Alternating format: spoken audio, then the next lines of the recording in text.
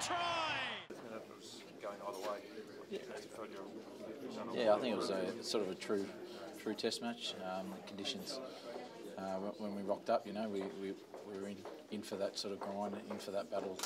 We knew it was going to be a really tightly fought contest, and I think the biggest disappointing thing for us is knowing that we were in the game at the 65, or had the run of the momentum a little bit, the 65 minutes there, and we weren't able to capitalise. Did England got the rub of the green there? Yeah, but you know, at the end of the day, we can't make excuses. We were in the contest, we were in the fight there, and as I said, we probably had the momentum at 65 minutes, 70 minutes there. So to allow that to swing back was a bit disappointing. Can you paint a picture of what it's like in the sheds at the moment and how the group's feeling? Yeah, I think everyone's very disappointed.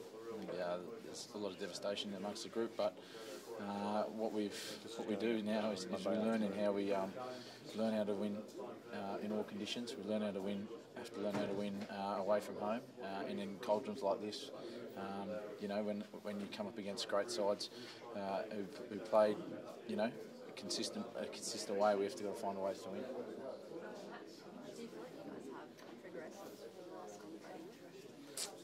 Definitely. I think this squad has come a long way. And, you know, scoreline was really disappointing tonight, but in terms of being consistent performers, I think the forward pack and guys who have come into that forward pack have really stood up and you know, really contributed. We saw a guy play his debut test tonight, Blake, and you know, he looked he only came in at late notice, but looked quite comfortable in Test match arena. So I think that's one of the pleasing things for this side is, you know, we're building depth in that ability, and guys can come in and at late notice and do their role for the team. What was disappointing was you know, allowing them to run away with it at the end.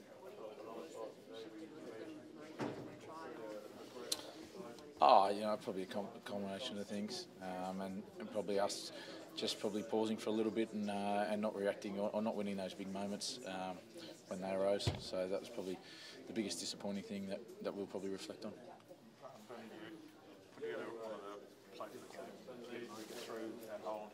Carried it on. You had a bird's eye view. Were you thinking that's a try? Yeah, I thought it was a try. But you know, they reviewed it. They looked at all the angles, all the cameras. So there's, you know, you got to back the referees and whatever decision they come up with. And for us, you know, it's not.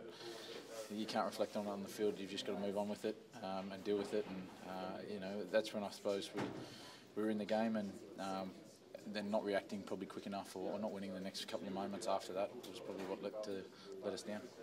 So when Mariki was tackled initially, but you thought he got it down when you rolled over, it looked like it was clear underneath. Oh man, I was at the ruck, so yeah, I was at the ruck. I got tackled before that, so I didn't really see it.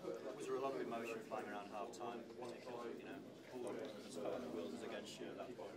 No, not at all. I think everyone was quite set.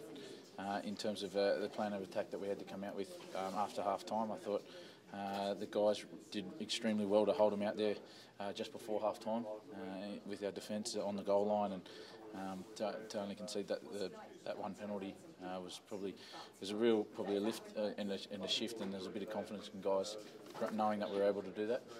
And you know, I don't think we let a point in when we were down 14 after half time. So.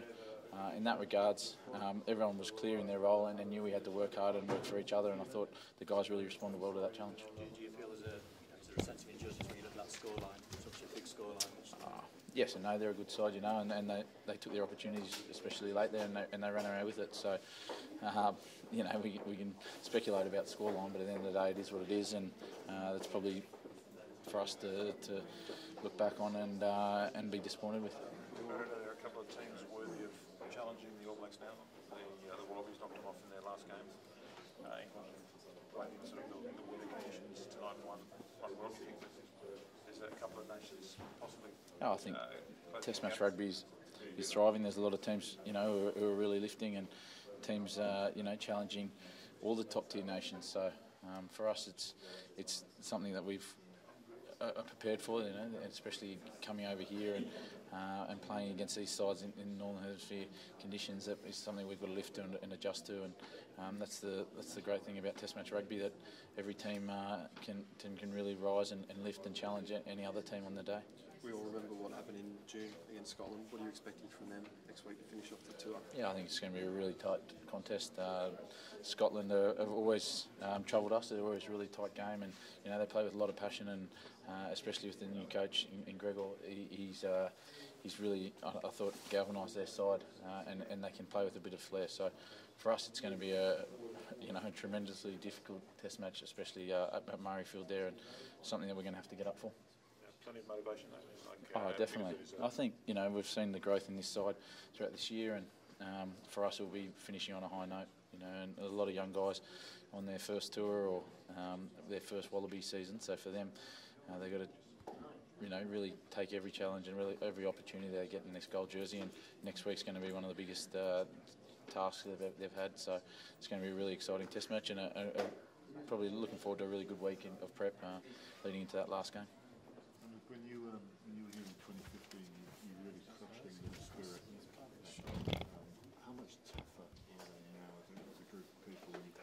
Because they weathered a major storm today. Yeah, I thought, I think they're very assured of their roles, and I think their coaching staff have really, I suppose, galvanised their side in terms of their conditions and how they want to play. I think they're very assured in themselves and their style of playing, and I think their defence really held up today.